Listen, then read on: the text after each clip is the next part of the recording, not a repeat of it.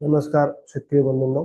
माझं नाव प्रशांत कुलकर्णी आणि नियोपिक dairy take या कंपनीमार्फत आम्ही फेसबुक पेजवरती अ, किफायतशीर गोठा आणि गोठा व्यवस्थापन याविषयी वारंवार पोस्ट करत असतो. आणि त्याच अनुषंगाने आपल्या दैनंदिन वापरातली आणि अतिशय उपयोगी अशी वस्तू ते म्हणजे मिल्किंग मशीन.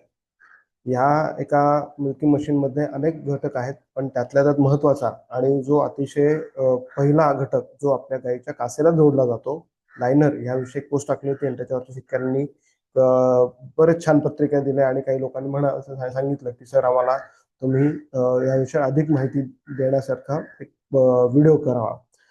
शेतकरी बंधूंनो, की ह्याच्यात तुम्ही बघाल तर लायनरमध्ये हे जे लायनरचं तोंड आहे, म्हणजे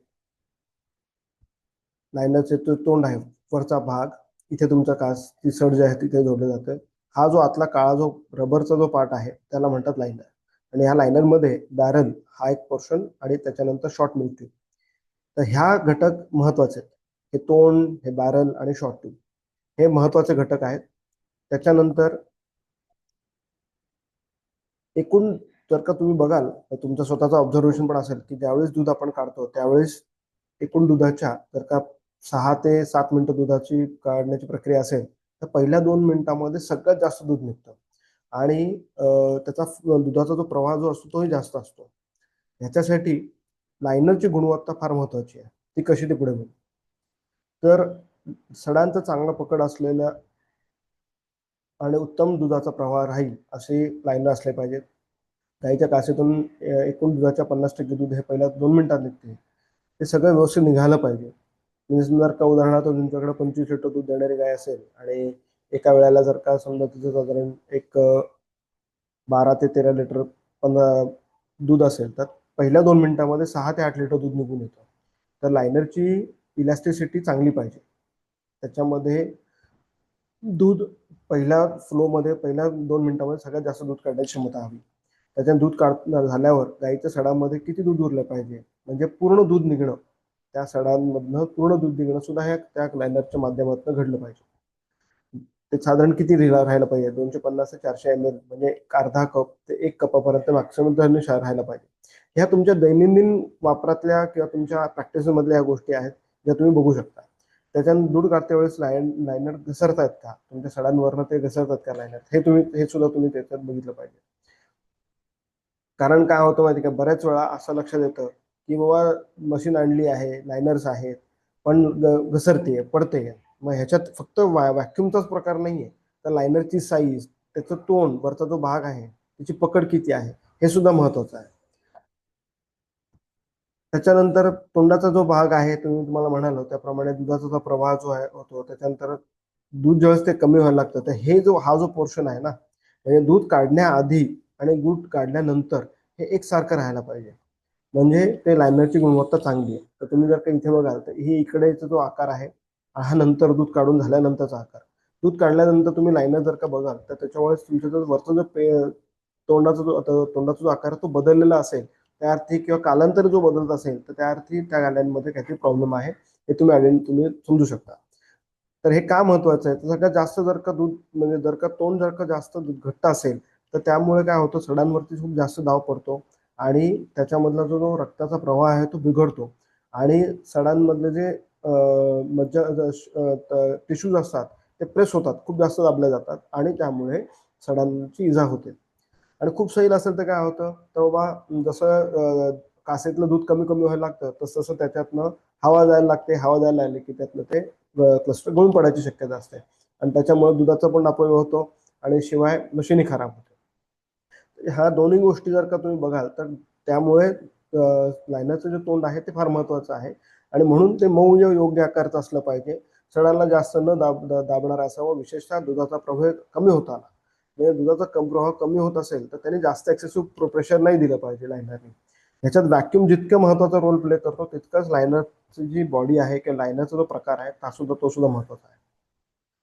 आता तुम्ही बघाल तर बघा की वापरून झाल्यानंतर तुम्ही लायनरचा जो आकार आहे तो ह्या तुम्हाला इथे दिसेल, हा असा सुजलेला किंवा जास्त फुगलेला स्वेलिंग आलेला आहे. हे नॉर्मल लायनर असेल ते हे बदललेलं लायनर आहे.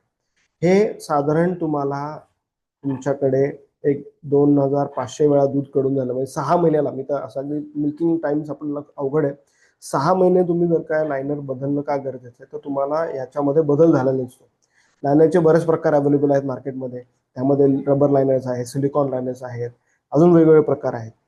पण कुठलाही प्रकारचा लायनर तुम्ही वापरला तर लायनरच्या मध्ये त्याची जी वापरण्याची योग्यता क्षमता जी आहे ती एका पॉईंटनंतर संपते. तर तो स्टँडर्ड काय आहे, तर 6 महिन्यानंतर लायनर बदला. ठीक आहे. तर तुम्ही जर का लायनर जर का आतनं जरी तोडून बघितलात, कट केला, तर तुम्हाला असं दिसेल की कालांतराने ह्याच्यामध्ये एक पांढरा असा थर येतो, त्वचेचा बारीक तुकडे दिसतात. आणि ह्याच्यामध्ये काय होतं की हे एक्सेसिव्ह दाबल्यामुळे तुम्ही या इकडे तुम्हाला दिसेल इथे की इथे सगळ्यात जास्त तुम्हाला मोठ्या प्रमाणामध्ये पांढरटसा प्रकार दिसतो. आता ह्याच्यात लायनर स्वच्छ करताना सुद्धा हे लक्षात घ्या की तुम्ही ब्रशचा वापर करून व्यवस्थित स्वच्छ केलं पाहिजे, जेणेकरून ह्याच्यामध्ये जे काही दुधाचे अंश राहिले असेल किंवा काय असेल ते निघून जाईल. बऱ्याच वेळा मी बघतो शेतकऱ्यांच्या गोठ्यावरती गेल्यावर की आतलं जे लायनरचं जो तोंड असतं ना, ते नीट स्वच्छ सुद्धा नसतं. त्याच्यावरती असं पिवळसर किंवा पांढरटचा असा एक थर आलेला असतो. त्यामुळे काय होतं माहिती आहे का, त्यामुळे मस्टॅटिसचं प्रमाण वाढण्याची शक्यता असते. त्यामुळे तुम्ही मिल्किंग मशीन स्वच्छ धुणे हे गरजेचं आहे. आता जुने लायनर्समुळे काय त्रास होतो असेल, तर लायनर्सची जी लवचिकपणा ती कमी होते, सडाला जास्त घासलं जातं, जास्त स्लिपरेज होतो, दुधाचा प्रमाण कमी होतो. त्याच्यामध्ये जर का विचार करायचं उदाहरण द्यायचं झालं, तर ही आपली जर का सड आहे आणि ह्याला जर का लायनर तुम्ही असं लावत असाल, तर ह्याची जी इलॅस्टिसिटी जर का ही कमी झाली ना, तर ह्याच्यामुळे काय होतं माहिती आहे का, की ही जी क्षमता संपली तर दूध कमी निघतं. मग तुम्ही बघाल तर दूध हाताने जेव्हा तुम्ही लायनर मशीन दूध काढून झाले, मशीन बाजूला घेतले, हाताने जेव्हा तुम्ही गाईला तपासता, त्यावेळेस 1 किंवा 2 कपापेक्षा जास्त दूध निघायला लागलं म्हणजे समजायचं की बाबा हे लायनर पूर्ण असं काम करत नाही. ह्याचा धोका असा होतो की बाबा मस्टॅटिस होण्याची शक्यता आहे. त्याच्या लायनर घसरतोय का, हे त्याच्यावरून काही आवाज येतोय का, तेही बघायला पाहिजे. लायनर सडावरून खाली घसरतोय का, आणि मग त्याचा आवाजाचं काही प्रमाण काय आहे का, तर दोन्ही वाढला असेल तर तो लायनर जुना झालाय, तो ताबडतोब बदलला पाहिजे आपण. लायनर आणि गायची वागणूक काय सांगते, तर तुम्ही बघा, तर चांगलं लायनर असेल तर गाय शांत उभी राहते, ती व्यवस्थित दूध काढू देते, लायनरचा आवाज येत नाही, आणि कमी वेळेमध्ये सगळ्यात जास्त दूध, म्हणजे जो पहिली 2 मिनिटं मी आधीच्या साईडमध्ये दाखवलं, की पहिल्या 2 मिनिटांमध्ये सगळ्यात जास्त दूध काढण्यास मदत मिळते. तर ह्याचं मापदंड काय आहे, तर ह्याच्यासाठी एक लक्षात घ्या की सर्वात जास्त दुधाचा प्रवाह पहिल्या 2 मिनिटात आला पाहिजे. त्याच्यानंतर सडं जे आहे, सडात राहिलेलं दूध हे 0.5 म्हणजे मिलीपेक्षा खूपच कमी राहायला पाहिजे, अर्धा कप 1 कपापेक्षा. किंवा एकूण गायींचं जे सडं प्रमाण पडण्याचं प्रमाण आहे, 100 गायींमध्ये 10 गायींमध्ये एखाद गायी सुटल्या तर ठीक आहे, किंवा 20 गायी असेल तर एखाद दुसऱ्या गायीचं कडनं तर क्लस्टर पडत असेल तर ठीक आहे. आणि दूध काढण्याची जी वेळ आहे ते 4 ते 6 मिनिटात पूर्ण केली पाहिजे. हा त्यातला सगळ्यात महत्त्वाचा विषय आहे. तर मित्रांनो, हा तुम्हाला व्हिडिओ जर का आवडला असेल तर कृपा करून ह्याला लाईक करा, आमच्या पेजला सबस्क्राईब करा. अजून वेगवेगळ्या विषयावरती आम्ही नक्कीच माहिती घेऊन येऊ. आमचा उद्देश किफायतशीर गोठा कसा चालवावा याच्यासाठी शेतकऱ्यांना मार्गदर्शन करणे आहे. आम्ही आमचा जो निओपिक डिटॉक म्हणून यूट्यूब चॅनल आहे त्यावरती सुद्धा उपलब्ध आहोत.